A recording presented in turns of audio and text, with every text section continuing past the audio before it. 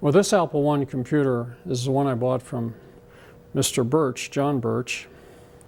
Said it's a beautiful specimen of an Apple I computer with no modifications, just a very nice specification. Of course, I've taken it out of the case. When I bought it, it came in this case. Beautiful example of a case. Here's the power transformers and so forth that power the computer, and a keyboard up here that plugs into it. So it's a functioning computer if you were to put the computer, which I won't do, but you can mount it here in the case. And then it's a beautiful Apple I. Unfortunately, you don't see the Apple I. Now, there's an interesting thing about this case. Apple I computers were never sold with a case. They were sold just as a single board. Various people built cases. A few friends of Steve Jobs made a few cases. This may be one of those. We've tried to find the origin of this case. Some of the bike shop store owners bought a few cases made by people and sold some of the Apple I's in a case ready to play. So we're not sure the origin of this case, but we do know that the case and the keyboard are the same time frame as the Apple. And so it's a beautiful specimen with a really wonderful looking case and keyboard. And just a couple of things about the Apple I. The Apple I was designed totally by Steve Wozniak. He wrote the software for it. And he also designed the Apple II. As a matter of fact, the Apple I came only as this board. So it was still a little hard for people to use. They had to add transformers, keyboard, display. And they realized that in order to sell very many computers, they needed a computer that basically was ready to play when you plugged it in. So Steve Wozniak immediately, before all of the Apple I's were sold, and there were 200 Apple I's originally made, don't think they actually sold all of them. The first real order that Steve Jobs received was for 50 Apple I's from Bike Shop. Of course, they didn't have the money to build them, so there's interesting stories about them selling their calculators and their VW buses to build them. And also, many people don't realize that the Apple company for the first few days was owned by 3 people. Ron Wayne, Steve Jobs, and Steve Wozniak. They brought Ron Wayne on board. He was a business person to help write some business material for them. And he did some of the schematics for the Apple I and other things. He had 10% of the company. But about 11 days or so into the company, they got this order for 50 Apple I boards, and they knew they were going to have to borrow money. Well, Ron Wayne had been involved before in co-signing some notes, and apparently they went bad and he had to pay for them. So he said, well, he said, guys, he said, really, I don't want to co-sign notes. I'm out of here. And I think for about $750, he gave up his 10% of the Apple company, which in hindsight was a mistake, but of course, who could see into the future how successful Apple would be? There were a number of blocks along the way that might have made them stumble totally, but they overcame those, and of course, today it's the largest company in the world. But you couldn't see that in those days. So Ron Wayne owned 10% of it. That'd be worth about $30 billion today, maybe a little more. He's still living. I think he lives in around Las Vegas, and I've had some communication with him. He's a fine fellow. But he was not involved in the design, but he was one of the original owners. So the Apple I and Apple II were totally designed by Steve Wozniak.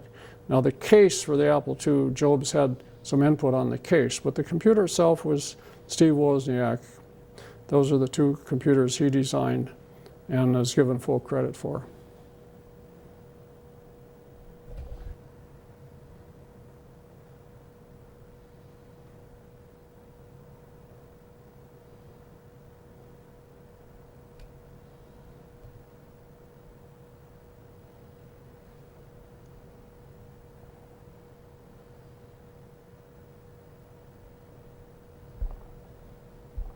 Want me to lift the case up at all?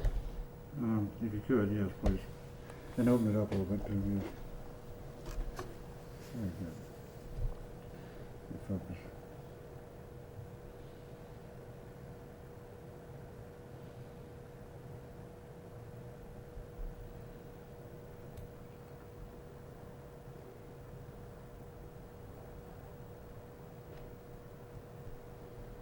Oh, shoot. What?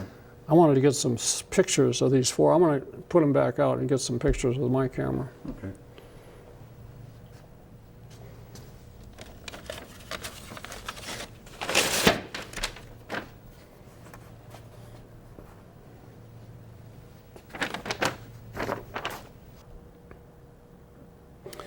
Well, this is an Apple II. It's called the Black Apple II, and it's private labeled by Bell and Howell. It's just an Apple II computer painted black with the Bell and Howell logo. This came about early on in the Apple II because Jobs wasn't sure he could sell into the school market, and he wanted to penetrate that market. Of course, the Apple II started selling very quickly quite early on, and he realized he didn't need Bell and Howell, so he did away with the contract. So there's a number of these so-called black apples out there, Bell and Howell. They're quite collectible. They're not real rare, but there's certainly not a lot of them out there. And we've got several of them here in our collection. They're a nice apple to have, but it's just an Apple II, private labeled to Bell and Howell Company.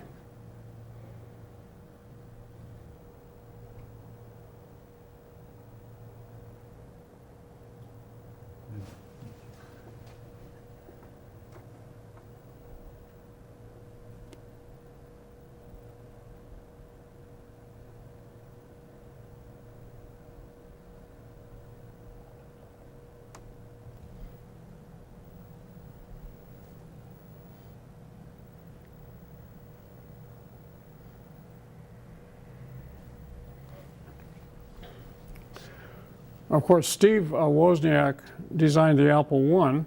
He also designed this Apple II. Totally independent. I think Steve Jobs had some input on the case, but the computer itself was designed by Steve Wozniak, and they started to design it actually before they sold all their Apple I's. This is the Black Apple, sold by Bell and Howell. It's just a private label of the Apple II. This is a little bit of our Apple display here. Down here is the Apple III. It was never a successful computer. It never worked very well. It was supposed to be a humdinger, but it just didn't work well at all. And over here is the Apple Lisa. This is a Lisa II. We don't have a Lisa I. This is one of the early GUI, or graphic user interface computers, but it sold for $10,000. So again, it didn't become very popular because it was so expensive people couldn't fundamentally afford it. Here's a Macintosh. It was a very, very popular computer, late 80s and 90s. I think Wozniak had a little bit of input on this, but he wasn't the major designer on it. It was a very popular computer. So we have here some of the early Apple computers, and just a couple of clones up above. They're not terribly exciting, but the Franklin company copied the Apple computers. Of course, they were in constant litigation with Apple. This is a copy of the Apple I, copy the next version of the Apple I. By the way, there's an interesting story about the Franklin computer. They just closed down the corporate headquarters. I'm not sure Apple or that the Franklin was still there, but just in the last year when they closed it down, there was a prototype of the Ace 100 in the back room. So it was very fascinating. Anyway, we have a lot of the Apple clones. There's a lot of companies made clones of Apples, but here's our major Apple computers here in the Bug Book Historical Microcomputer Museum.